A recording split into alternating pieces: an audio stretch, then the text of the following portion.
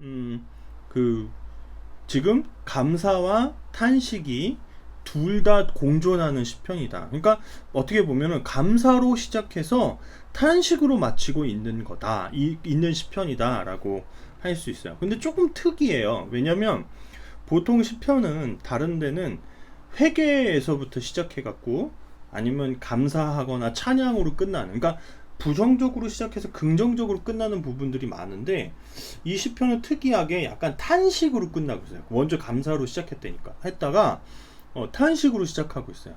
그러면 이 시편의 전체적인 그 분위기는 감사가 맞을까요? 탄식이 맞을까요? 둘 다 공존했지만 그 하나만 고르라면 뭘까요?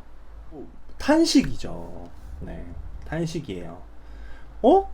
그럼 이 시편의 전체적인 분위기는, 야, 차 조이야. 맞아? 늦은 것 같은데? 네, 지금 탄식이라고 했어요. 네. 상품을 줄지는 다음에 결정하도록 해서 또 대답을 잘하면 할게요. 어, 찬양과 뭐죠? 좀 감사와 탄식이 있지만 탄식으로 끝나기 때문에 사실 이 시편을 기록한 사람의 진짜 심경은 탄식이에요. 그러니까 하나님 앞에 지금 뭔가 못마땅하고 좀 이렇게 하나님 앞에 서운하고 뭔가 투정 부릴 것들이 있다라는 이야기를 하고 있는 거예요. 자, 우리가 신앙생활을 하다 보면, 아니 우리 인생에서도 사실 바이오 리듬이 있죠. 막 어느 날은 기분이 되게 좋았다가 막 어느 날은 되게 안 좋고 그럴 때도 있고, 그냥 늘 그냥 이렇게 막 이렇게 일직선일 때도 있을 수도 있고, 며칠 동안은 뭐 아무것도 안 하니까. 근데 사실 우리는 어떻죠? 감사하고 기뻐하고 찬양할 시간보다 불평하고 떼쓰고 막 우울하고 그럴 때가 사실 우리 인생에 더 많은 것 같지 않아요? 그러니까 이게 우리 인생의 바이오리듬이죠. 어떤 굴곡이 있는 거고, 사실 우리 신앙에도 그러한 부분들이 있어요. 하나님 앞에 늘 기뻤으면 좋겠는데 사실 그렇진 않아요.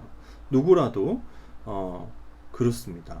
제가 오늘 시편의 특징을 이야기할 때 시편은 어떻게 이야기하냐면 저는 이렇게 표현해요. 시편은 우리 인생의 희노애락이 담겨 있다. 희노애락, 기쁘고 슬프고 노하고 락, 즐겁고, 그렇죠? 바뀌었네요. 희애노락, 그렇죠? 그렇죠?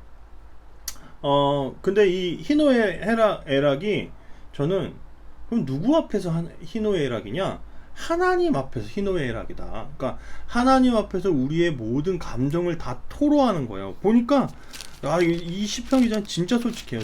제가 시편 기자들은 늘 솔직하다고 이야기를 드린 적이 있죠. 막 누구 저주 받으라고 막 이런 얘기도 하고 그냥 그 감정을 있는 그대로 내뿜는 거예요. 우리는 하나님 앞에 기쁘고 슬프고 뭐 아프고 뭐 이러한 기억 뭐죠? 마음들을 다 뭐 할 수 있어요? 다 쏟아낼 수 있습니다. 아니 쏟아내야만 하는 거예요. 하나님은 어떤 모습을 기뻐하실까요? 만약에 그러니까 우리가 그렇게 배워요. 불평하지 마. 하나님 앞에 뭐 불평하지 마. 뭐 이런 이야기. 무조건 감사해야 돼. 근데 그거는 말이 안 돼요. 무조건 감사해야 된다는 것은 진짜 그건 사기예요. 예. 예. 어떻게 그렇게 돼요? 말이 안 되죠. 네, 뭐가 더 성경적인 거냐면 기뻐하지 못할 그 순간에도 솔직하게 하나님 앞에서 서는 거예요. 그러니까 희노애락의 모습을 하나님께 있는 그대로 여과하고 나타내 보여드리는 게 저는 올바른 신앙이라고 생각을 해요. 하나님, 근데 대신 뭐 해야 되냐? 무조건 하나님 앞에서 여야 해요. 그러니까 똑같이 기뻐하는 모습이어도 되게 신나, 뭔가 기뻐, 좋아. 그래도 그게 하나님 안에서의 기쁨이냐, 하나님 아닌 하나님 밖에서의 기쁨이냐라고 하면 어떻죠? 예, 뭐가 더 똑같이 기뻐하는 것도 좋은 거 아니에요? 그렇지 않아요. 하나님 앞에서의 기쁨이 더 좋은 거야. 그러면 분노, 슬픔 이런 것들은 어떻게 해요? 이런 것들은 하나님 앞에 불평하면 하나님이 복 안 주시고 뭐 그렇게 알고 배워서 그런 불평은 딴 데 가서 해요. 막 우리 여러분들 막 대학 가면은 친구들이랑 술 마시고 술을 마시는 것 자체가 나쁘다라고 이야기할 수는 없을 수도 있지만 우리가 그거를 자꾸 뭘로 푸는 거예요? 우리의 그 아픔과 기쁨과 그 슬픔을 술로 푸는 거예요. 그래서 그게 약간 하나님을 떠나 있는 거예요. 그렇기 때문에 그렇게 막 하나님이 기뻐하실 만한 일은 아니다라고 생각을 하는 거죠. 그럼 그러면 술만 그런가요? 다른 것도 마찬가지죠. 우리가 우리의 기쁨을 내 친구, 내 인생의 뭐 어떤 선후배들과만 풀어요. 나의 희노애락의 모습을. 그거 하나님이 기뻐하시는 모습이 아니다라는 거예요.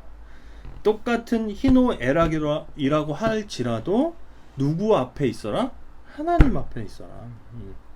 하나님 앞에서 나의 있는 감정 그대로를 다 토로해라. 이것이 시편이 이야기하고자 하는 핵심이고 하나님이 기뻐하시는 신앙의 모습 중에 하나예요.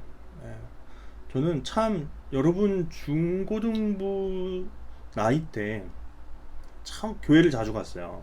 가가지고 그때는 이제 그 아버지가 제가 믿는 신앙을 반대하고 그래서 굉장히 트러블이 많았고 사실 너무 힘들었던 시간들이었어요. 뭐 자세하게 얘기할 수는 없지만 그러면은 아버지로부터 좀 벗어나서 저는 어디 가냐면 교회 갔어요. 교회 가가지고 기타가 꼭 교회에 꼭 있거든요. 기타를 치면서 1시간이고 2시간 있고 찬양하면서 막 기도도 하고 찬양하고 막 그러는 거예요. 근데 가다 보면 어떻죠? 내 인생이 너무 이게 비참해가지고 때로는 막 펑펑 울어요. 그러면 이제 예전에는 교회를 이렇게 저희 교회는 이제 어떤 집사님 한 분이 교회를 관리해 주셨거든요. 교회 관리하시는 집사님이 계셨어요. 그래서 문도 잠그고 열어주고 청소도 하시고 그런 분이 있었는데 뭐 밤늦게 갑자기 또 어디서 찬양 소리가 나니까 들어와요. 그러면은 뭐야 학생 뭐야 이러면서 들어온단 말이에요. 그러면은 막 제가 막 눈물 고 막 이러는 거죠. 왜 당황해가지고 뭐야 얘 그래가지고 뭐 이러면 이제 눈치 보고 나가시고 네. 나중에는 이제 그런가 보다 해요. 그냥 좀 열어보고 또 쟤구만 그러고 그냥 다시 초소로 가시고 막 그랬었거든요. 근데 그게 하나님이 기뻐하시나요? 내가 슬프고 막 너무 아플지라도 막 오늘 막 여러분 막 그 옛날에 누구죠? 어떤 가수가 오늘 헤어졌어요 이런 노래가 가요가 있거든요. 이런 노래 부르면서 막 시련의 아픔을 달래는 게 아니라 막 그 어떤 친구와 막 세상의 유흥으로 가서 그 아픔을 막 이렇게 푸는 것이 아니라 스트레스를 푸는 게 아니라 하나님 앞에 나와서 기쁘고 슬프고 아프고 한 것들을 즐거운 것들을 하나님 앞에서 풀어내는 것이 하나님은 기뻐하시는 거다. 그런데 이 시편의 마지막 그러니까 어떤 내용으로 정리를 해보면 이 시편은 탄식으로 끝난다고 그랬죠. 그리고 전체적인 감정선은 사실 산식이에요. 그럼 왜 감사의 내용을 이야기했을까요? 그러니까 이 시편 저자는 알고 있는 거예요. 내가 지금은 상황이 힘들고 낙심이 되는 상황이지만 하나님께서 내게 해주신 것들이 너무 많은 거예요. 하나님 내게 주신 그 은혜가 너무 크기 때문에 사실 내가 겪고 있는 이 슬픔은 사실 이길 수 있을 만한 것들이에요. 그래서 그 내용 안에는 사실 탄식이지만 굉장히 감사적인 탄식이에요. 네, 감사의 내용을 굉장히 듬뿍 많이 담고 있는 그런 탄식이에요. 그래서 이 사람은 곧 하나님을 향해서 회복되어질 거예요. 하나님을 찬양하고 하나님을 기뻐할 거예요. 그럼 고린도전서, 고린도후서라는 책을 보면 바울이 쓴 그 고린도 사람들에게 보낸 편지죠. 근데 특히 고린도전서는 바울이 고린도 교회의 문제들에 대해서 어떤 가르침을 전달하려고, 그리고 때로는 그 편지의 내용에 책망하고 혼내키려고 쓴 편지거든요. 쉽게 얘기하면. 근데 꼭 그 앞에 뭘 시작해요? 감사의 내용으로 시작을 해요. 너희의 장점은 너희가 하나님 앞에 있다라는 것은 이러한 부분들은 너무 잘해. 그러니까 여러분들에게 제가 편지를 쓴다면 여러분들이 이렇게 이 늦은 밤에 저와 함께 라이브 톡을 해주는 건 너무 감사한 일이야. 이렇게 시작하는 거예요. 왜냐? 이거 감사의 내용이 맞으니까. 왜냐? 그런데 왜 탄식 앞에 이렇게 감사의 내용으로 꾸밀까요? 하나님께서는 사실 우리에게 주신 그 감사의 내용이 더 커요. 지금은 사실 탄식 속에 있을 때는, 아픔 속에 있을 때는 그게 더 커 보이거든요. 근데 조금만 우리의 마음을 돌이켜서 생각을 해보면 사실 하나님께 우리가 감사한 것보다 큰 탄식은 없어요. 이게 무슨 내용이냐? 무슨 이야기냐? 하나님 우리 구원해 주셨잖아요. 그렇죠? 옆에 내 친구들은 하나님을 모르는데 어떤 몇몇 가지 현상들로 막 교회를 비판하는데 모르니까 그러는 거잖아요. 근데 우리는 어쨌든 부모님을 잘 만났건 어떤 친구의 전도를 잘 받았건 해서 이 자리에 있잖아요. 하나님이 우리를 선택해 주셨잖아요. 이 세상의 그 어떤 고통도, 아픔도, 슬픔도 하나님이 우리를 선택해 주셨다라는 것보다 더 큰 그런 탄식은 없어요. 그렇기 때문에 그 감사의 내용이 모든 걸 이기는 거예요. 8장의 내용에 8장 여러분 넘어서 다 읽어봐야 되지만 35절부터 34절 이렇게 됐죠. 누가 정죄하리요? 죽으실 뿐 아니라 다시 살아나신 이는 그리스도 예수시니 그는 하나님 우편에 계신 자요 우리를 위하여 간구하시는 자시니라. 누가 우리를 그리스도의 사랑에서 끊으리요? 환난이나 공고나 박해나 기근이나 적신이나 위험이나 칼이랴 기록된 바 우리가 종일 주를 위하여 죽임을 당하게 되며 도살당할 양같이 여김을 받았나이다 함과 같으니라. 그러나 이 모든 일에 우리를 사랑하시는 이로 말미암아 우리가 넉넉히 이기느니라. 내가 확신하노니 사망이나 생명이나 천사들이나 권세자들이나 현재일이나 장래일이나 능력이나 높음이나 깊음이나 다른 어떤 피조물이라도 우리를 우리 주 예수 그리스도 안에 있는 하나님의 사랑에서 끊을 수 없으리라. 너무 좋은 말씀 아닙니까, 여러분? 그러니까 이 시편 40편과 통하는 거예요. 전체적인 내용이 탄식이지만 그가 감사의 내용으로 시작할 수밖에 없었던 것은 우리를 기가 막힌 웅덩이에서부터 건져내셨다고 감사하는 것은 예전에 그렇게 된 적이 있는 거죠. 그렇게 건짐을 받은 적이 있었던 거예요. 예, 그렇기 때문에 넉넉히 지금에 있는 것들을 이길 수 있다라는 거예요. 이겨낼 수 있다라는 거예요. 그렇죠? 너무 지루하죠? 이게 힘들죠? 코로나 시대 언제 지나갈까? 저 암담하죠. 하지만 저는 이 시간들이 하나님을 더 깊이 만나는 시간일 수도 있다라는 생각이 들어요. 언젠간 여러분들이 유튜브 하다가 질리면 진짜 더 이상 볼 게 없다. 계속 똑같은 것만 뜬다.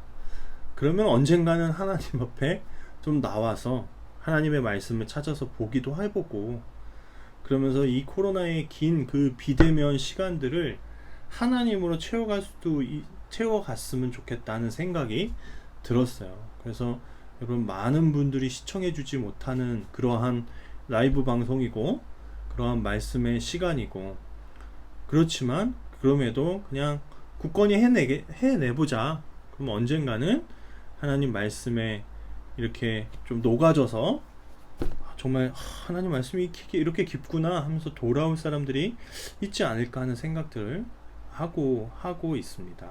여러분 하나님 말씀 앞에 가까이 가시고 그 말씀을 읽고 묵상하고 말씀으로 우리의 마음을 돌아보는 것만이 여러분 우리가 이 깊은 그 탄식할 만한 이 코로나 시대를 이길 유일한 무기임을 여러분들이 아셨으면 좋겠습니다. 그 무기로 이 세상을 살아내시는 저와 여러분이 됐으면 좋겠습니다.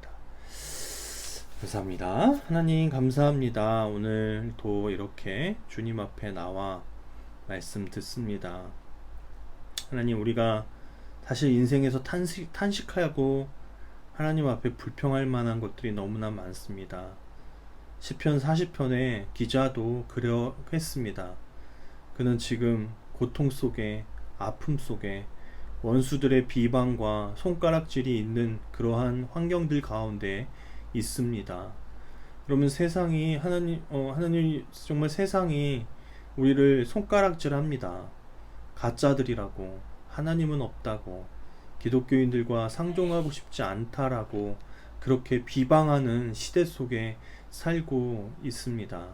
하지만 하나님, 우리가 하나님을 향한 기쁨을 회복해 갈 때, 하나님을 사랑하는 것을 우리가 진심으로 깨닫게 될 때, 세상은 비로소 하나님의 얼굴을 보게 될 것입니다.